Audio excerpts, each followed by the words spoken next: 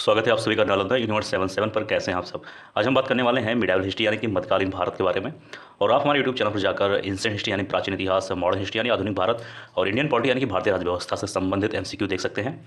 तो चलिए शुरू करते हैं आज का वीडियो। और मैं आपको एक बात और बताना चाहता हूँ, जो ये एमसीक्यू आप सभी के लिए लाया जाता है, ये एनसीईआरटी तमाम सारी बुक को मिलाकर वीडियोज़ बनाए जाते हैं। तो जाइए देखिए और अपने दोस्तों के साथ वीडियोज़ को जरूर शेयर करिएगा।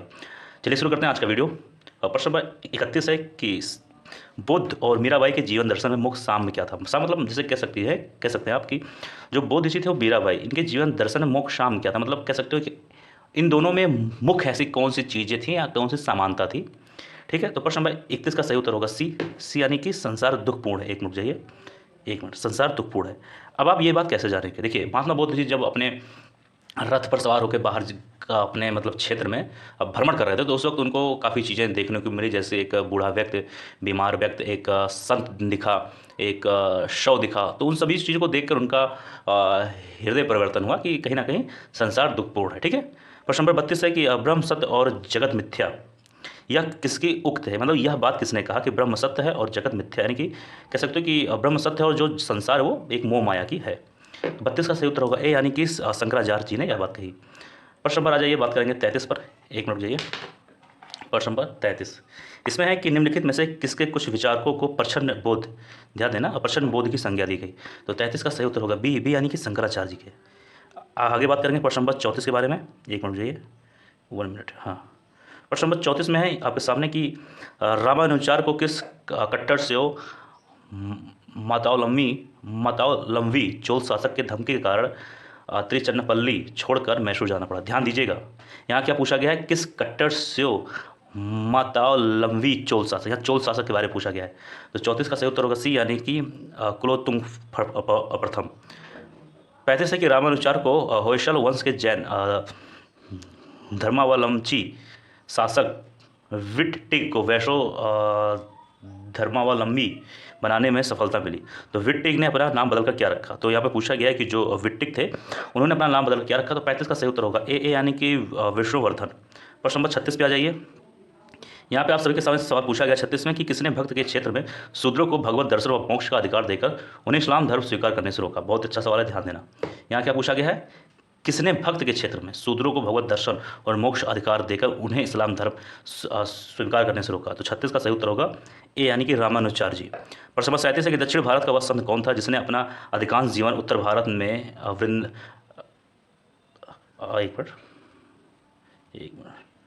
वृंदावन में बिताया। 37 का सही उत्तर होगा बी, यानी कि निम्बार्काचार्य। प्रश्न नंबर 38 है कि महाराष्ट्र में विठोबा या विट्ठल, यानी कि जो विट्ठल जी है वो विष्णु भगवान का एक नाम है, आंदोलन का केंद्र था। तो 38 का सही उत्तर होगा ए, यानी कि एक मिनट, पडरपुर। ठीक है, प्रश्न 39 है कि किसने भगवद गीता पर भावार्थ दीपिका नाम से एक बृहद टीका मराठी में ज्ञानेश्वरी के नाम से जाना जाता है। 39 का सही उत्तर होगा ऑप्शन नंबर ए, यानी कि ज्ञानदेव। अब बात करेंगे प्रश्न नंबर 40 के बारे में। इसमें है कि यदि संस्कृत देवभाषा है तो क्या मेरी मातृभाषा यानी कि मराठी दस्यु भाषा है, यानी कि कह सकते हो एक दास के हिसाब से, या उक्त या मतलब बात ही किसने कही। तो 40 का सही उत्तर होगा ए, यानी कि एक मिनट, ए नहीं होगा, बी होगा। 40 का सही उत्तर होगा बी, यानी कि एकनाथ जी ने कहा, बी। प्रश्न नंबर 41 पे आ जाइए। इसमें क्या कहा जा रहा है, इसमें पूछा जा रहा है कि भक्त तुकाराम कौन से मुगल सम्राट के समकालीन थे। जो भक्त तुकाराम जी थे उस वक्त उनके शासन मतलब उस दौरान कौन सा मुगल सम्राट हुआ करता था, ये पूछा गया है। 41 का सही उत्तर होगा सी, यानी कि जहांगीर। ध्यान देना। प्रश्न नंबर 42 से निम्नलिखित में से कौन सा एक सही कालानुक्रम है, मतलब सही कालानुक्रम पूछा गया है। सबसे पहले उसके बाद ऐसा पूछा गया है। तो 42 का सही उत्तर होगा ऑप्शन नंबर ए, यानी कि पहले शंकराचार्य जी, रामानुज, फिर चैतन्य। प्रश्न नंबर 43 है निम्नलिखित में से किस भक्त संत ने अपने संदेश के प्रचार के लिए सबसे पहले हिंदी का प्रयोग किया। ध्यान देना, सबसे पहले हिंदी का प्रयोग किया। 43 का सही उत्तर होगा सी, यानी कि रामानंद जी। आगे बढ़ते हैं, प्रश्न नंबर 44 है। यहाँ पर आपके सामने दो सूची दिया गया, एक सूची में कुछ संत के नाम है और दूसरी सूची में उनका पेशा और व्यवसाय, मतलब जो संत थे वो क्या काम करते थे। तो 44 का सही उत्तर होगा ऑप्शन नंबर बी, यानी कि ए का 3, बी का 2, सी का 4, डी का 1। यानी कि अगर हम बात करें, ये ऑप्शन बी सही है, यानी कि ए का 3 है। यानी कि बात करें नामदेव जो संत थे उनका जो पेशा था वो थे दर्जी। इसी तरह बी का 2, यानी कि बात करें संत कबीर जी तो वो थे जुलाहा। इसी तरह सी का 4 है और डी का 1। ठीक। प्रश्न नंबर 45 है कि शिवाजी के आध्यात्मिक गुरु कौन थे। तो 45 का सही उत्तर होगा ए, यानी कि रामदास जी। प्रश्न नंबर 46 है कि दास बोध, एक मिनट जाइए, एक मिनट, दास बोध के रचयिता कौन थे? 46 का सही उत्तर होगा सी यानी कि रामदास जी। ध्यान देना, दास बोध से पूछा गया संबंधित सवाल। प्रश्न नंबर 47 पे आ जाइए। एक मिनट, हल्का जूम कर लिया जाए, हल्का सा, बस। प्रश्न नंबर 47 है कि जात पात पूछे ना कोई, हरि का भजे सो हरि का हुई। यह पंक्ति किसने कहा? ये ध्यान देना, ये पंक्ति। तो 47 का सही उत्तर होगा ऑप्शन नंबर ए यानी कि रामानंद जी ने कहा। 48 है गुरु नानक जी का जन्म जो 1469 में हुआ था, ये कहाँ हुआ था? तो 48 का सही उत्तर होगा ए यानी कि तलवंडी ननकाना। 49 सिख धर्म का संस्थापक किसे माना जाता है? आसान सवाल है। 49 का सही उत्तर होगा ए यानी गुरु नानक देव जी को। प्रश्न नंबर 50 पे आ जाइए। इसमें बंगाल और उड़ीसा में वैष्णववाद को लोकप्रिय बनाने का श्रेय किसे जाता है? ध्यान देना, बंगाल और उड़ीसा के बारे में पूछा गया। किस चीज़ के बारे में पूछा गया है? वैष्णववाद को लोकप्रिय बनाने का श्रेय किसे जाता है? तो 50 का सही उत्तर होगा ऑप्शन नंबर ए यानी कि चैतन्य जी को। ठीक है, ध्यान देना ए।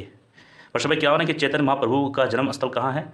51 का सही उत्तर होगा ए यानी कि नदिया या फिर नवद्वीप। ठीक है। 52 है उड़ीसा नरेश प्रताप रुद्र किस वैष्णव संत का शिष्य था? 52 का सही उत्तर होगा यानी कि चेतन। अब देखिए, चेतन जी से संबंधित 3 सवाल पूछे जा चुके हैं और हर सवाल एक दूसरे से एकदम भिन्न है, तो ये चीज़ खास बात है इस वीडियो पे। प्रश्न नंबर 53 है कि निम्नलिखित में से किसे गौरांग प्रभु भी कहा जाता था? मतलब है, तो ये ध्यान देना, ये शब्द आपको ध्यान देना है। गौरांग प्रभु का कभी भी ये नाम सुने तो इसका सही उत्तर होगा ए यानी कि चेतन। अगर गौरांग प्रभु का जो नाम है किसे कहा जाता था तो होगा चेतन जी को। प्रश्न नंबर 54 पे आ जाइए। यहाँ पर कुछ रचना के नाम है और सूची नंबर 2 में है रचनाकार, तो बताना है कौन सी रचना किसने की। तो 54 का सही उत्तर होगा बी यानी कि ये बी होगा। ए का 1, बी का 3, सी का 2, डी का 4। यानी कि बात करें ए यानी कि पदावली का, तो इसकी रचना 1 यानी कि विद्यापति जी ने किया और बी का 3 यानी रामचरितमानस का तुलसीदास जी। इसी तरह सी का 2 और डी का 4। प्रश्न 55 है आलसियों का मूल मंत्र अजगर करे ना चाकरी पंछी करे ना काम। या इसके रचयिता कौन है? बहुत अच्छी बात है, आप लोग बचपन में काफ़ी बार इसके बारे में सुना होगा। तो 55 का सही उत्तर होगा बी यानी कि मलुकदास जी ने। 56 है कि महात्मा गांधी जी के प्रिय भजन वैष्णव जन तो तेने कहिए जो पीर पराई जाने रे के रचयिता कौन? 56 का सही उत्तर होगा ए यानी कि नरसिंह मेहता जी। आगे बढ़ते हैं। प्रश्न नंबर 57 है नरसिंह मेहता के प्रसिद्ध संत थे, तो ये नरसिंह मेहता जी कहाँ के प्रसिद्ध संत थे? 57 का सही उत्तर होगा ए यानी कि गुजरात के। यहाँ होगा नरसिंह मेहता, ध्यान देना। 58 है कि मुगल शासक मोहम्मद शाह रंगीला किस संप्रदाय का अनुयायी था? तो 58 का सही उत्तर होगा ऑप्शन नंबर ए यानी कि शिव नारायण। ध्यान देना। प्रश्न देखिए, मुगल शासक मोहम्मद शाह रंगीला किस संप्रदाय का अनुयायी था? ये शिव नारायण है, ये कहीं ना ये एक मतलब हिंदू नाम है, तो आप इस चीज़ को कन्फ्यूज मत होना। 59 है कि असम का चेतन किसे कहा जाता है? 59 का सही उत्तर होगा ए यानी कि शंकर देव जी को। अब असम का चेतन यानी कि जो चेतन महाप्रभु जी थे, उन्हीं के राह पर चलना, उनसे प्रभावित होकर उन्हीं तरह कार्य करना असम के शंकर देव जी थे, तो वो वहाँ के लोगों ने उनको असम का चेतन कहा। अब आइए बात करेंगे इस वीडियो का अंतिम सवाल यानी सवाल नंबर 60। निम्नलिखित में से कौन भक्त आंदोलन का प्रस्तावक नहीं है? यहाँ पर क्या पूछा गया? प्रस्तावक नहीं है, तो ऐसे सवालों पे ध्यान देना है। यहाँ पूछा गया नहीं है, ये होगा ए नागार्जुन। इसका मतलब क्या समझे आप? क्या पूछा गया कि प्रस्तावक नहीं है, तो नहीं होगा नागार्जुन, तो इसका मतलब बी सी ये तीनों होंगे ना। ठीक है, इसी ध्यान देना। तो दोस्तों यह था आज का वीडियो। मुझे उम्मीद है आप सभी को वीडियो पसंद आया होगा। किसी भी सवाल में कोई डाउट परेशानी कुछ भी दिक्कत हुआ हो जरूर कमेंट बॉक्स में लिखिए, उससे संबंधित आप सभी का निवारण किया जाएगा किसी भी प्रश्न में। तो मिलते हैं किसी और वीडियो में। आप स्वस्थ रहें, अच्छे रहें। जय हिंद, जय भारत।